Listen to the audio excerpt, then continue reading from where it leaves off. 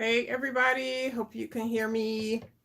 So I just wanted to pop on real quick and show you my top 5 culinary herbs that you should plant now. If you are not growing these, you definitely need to plant them. And as you know, spring is right here around the corner. So you got to get on it, okay? We're not going to be procrastinating, right? Remember, we're going to get to it. Okay. So, real quick, my top 5 are strawberries. You can see this right here. That looks nice and healthy. And then lavender. I prefer English lavender. And then this one, oh my gosh, I really wish you could smell this. This is lemon thyme, and it smells so delightful. Just puts you in a really good mood. And this, I don't really cook with this too much, but I just really like it because it's so pretty. And this is actually a tricolor sage. And I like it because it has like the purple, it's like purple, green, and white. And last but not least, bam, you already know what this is, right? Rosemary. You have to grow rosemary. And honestly, of all of the herbs in your garden, this one will give you the biggest bang for your buck because you can like literally, cut it all the way, up until December. Obviously, it depends upon what type of climate that you're growing in. So I'm in zone 7A. And this past December, I was actually like harvesting, sharing it with friends, coworkers. Okay, so perennial herbs, you're gonna need full sun, period. You have to have full sun, okay? Now, another herb that I don't usually cook that much with, but is sage. So typically I companion plant the strawberries with the sage, and that's supposed to help with like pest deterrent. But the top thing that you really want to do is read your tags. Okay, so this will tell you everything that you need to know. So let's just, just for demonstration purposes right now. So this is called Fresca, and the bloom time, it blooms late spring into fall. And you can harvest it all season long. It's great for fresh eating, freezing, making jams, etc. Basically, use your imagination. All right, soil, light textured, fertile, well-drained soil. Yes.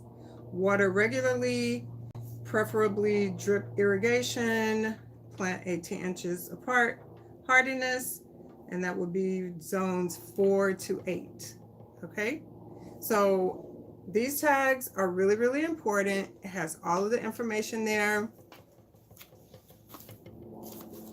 So that's going to help you. Okay, with the lavender, same thing. Read your tag, bloom time. It blooms all summer. Harvest flowers as needed. You can use it for potpourri, sachets. It's good fresh and dried cut flower. That sounded crazy, right? It's good fresh and dried cut flower. Okay, you know what I'm trying to say. All right, so this can grow 24 to 30 inches tall and wide.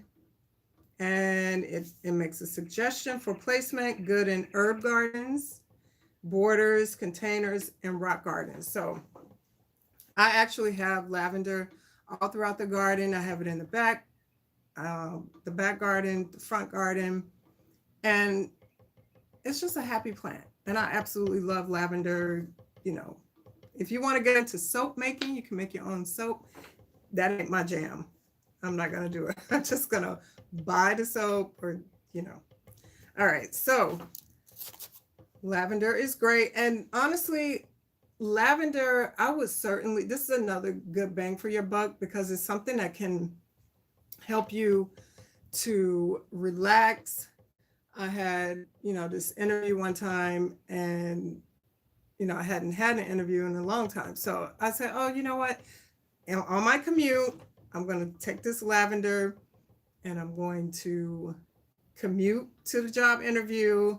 And right before I go in for the interview, then I'll just, you know, just keep it calm, keep it all right. Okay. All right, let's see. Golden lemon thyme. My favorite, I can't talk today. Favorite.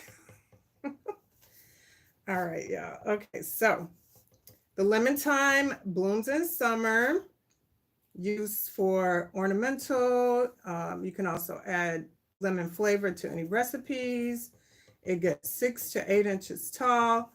It's good in borders, containers, rock gardens, and as a ground cover.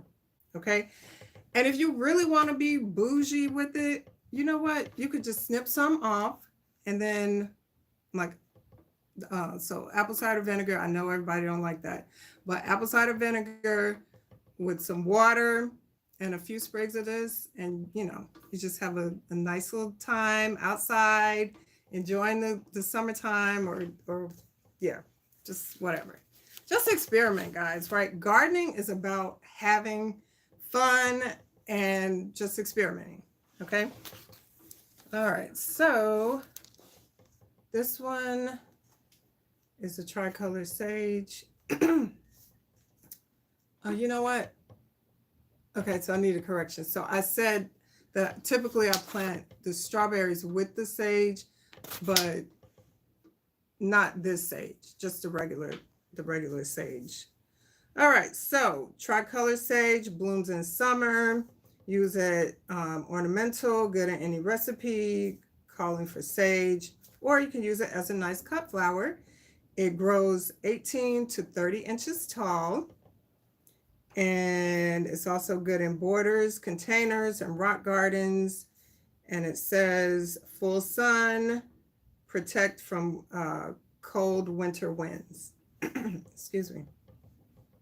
Plant in well-drained soil, tolerates dry conditions, and avoid overwatering. Hardiness zones 7 to 9.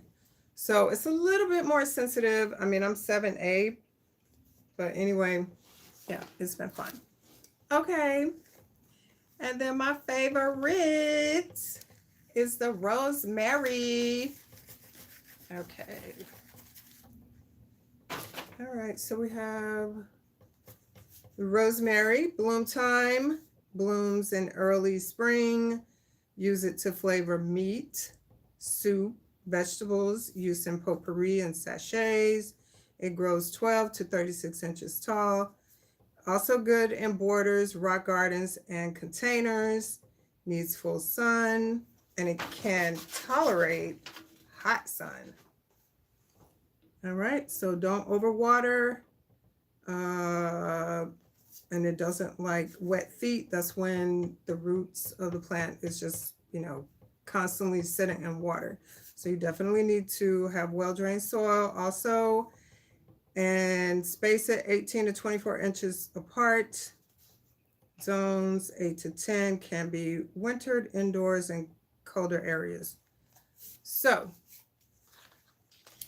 these are my top 5. As I said, you have to get them now.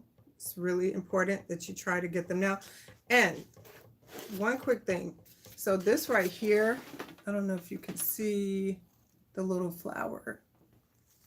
So this tells me that this seed, when they initially planted these seeds, that it was probably like a while ago. And then you can even see like the root system here. So this is ready to go. It definitely needs to get planted sooner rather than later. And I know I'm not going to tell you how long I've had these, okay? All right, so the root system is really good and it's time to plant it. But the reason I pointed out this little flower, it is trying to bolt. So what you can do, because it has been a little bit warmer here, so what I can do rather, I can just snip off the top and then it'll send the energy back down into the plant. And then also, so that's a pretty good root system. When you're selecting plants, it's really important to take a look at the root system.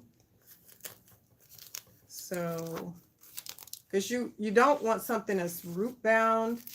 And, you know, with something like this, you know, it's really important to get it out of this container because otherwise it'll try to wrap around itself. I'm sure you've dealt with root bound plants before. Same thing. So these were probably started in a greenhouse, like, you know, during winter. And with corporate growing, they typically have to, you know, try to expedite the growing pattern. What am I trying to say? They try to speed up the process. That's what I'm trying to say. They try to speed up the process, right? So they can hurry up and get the plants to market. And then this one too. So when it's like this, it's really, really on its way to being root bound because you can see how it even like wrapped around in a circle. Let me see. See how that looks? Yeah. All right, guys. So real short and sweet, to the point. This is what I like. You can tell me what you like down in the comments. Thank you so much for being here. Hey, hello to everyone. Hey. So that's all I have for today. Again, tell me what herbs you're growing. Tell me what herbs you want to grow. Notice I did not choose mint. Okay. I mean, I have mint, but it's in this one long container that I have, and that's it. When I first started out gardening, I actually planted mint, you know, just a rookie newbie mistake, and it's fine, but I planted mint in the little box on the ground, you know, it was more in ground. Yeah, and so it really took over everything. I don't know, maybe one day I'll see if I can find a picture and show you. So don't ever plant mint in the ground. It will take over, you know, like bamboo, and you won't be able to get it out. Okay. But I do like mint. I just grow it in a container. All right, guys, that's it. Thanks so much for being here, and I'll see you tomorrow. Bye.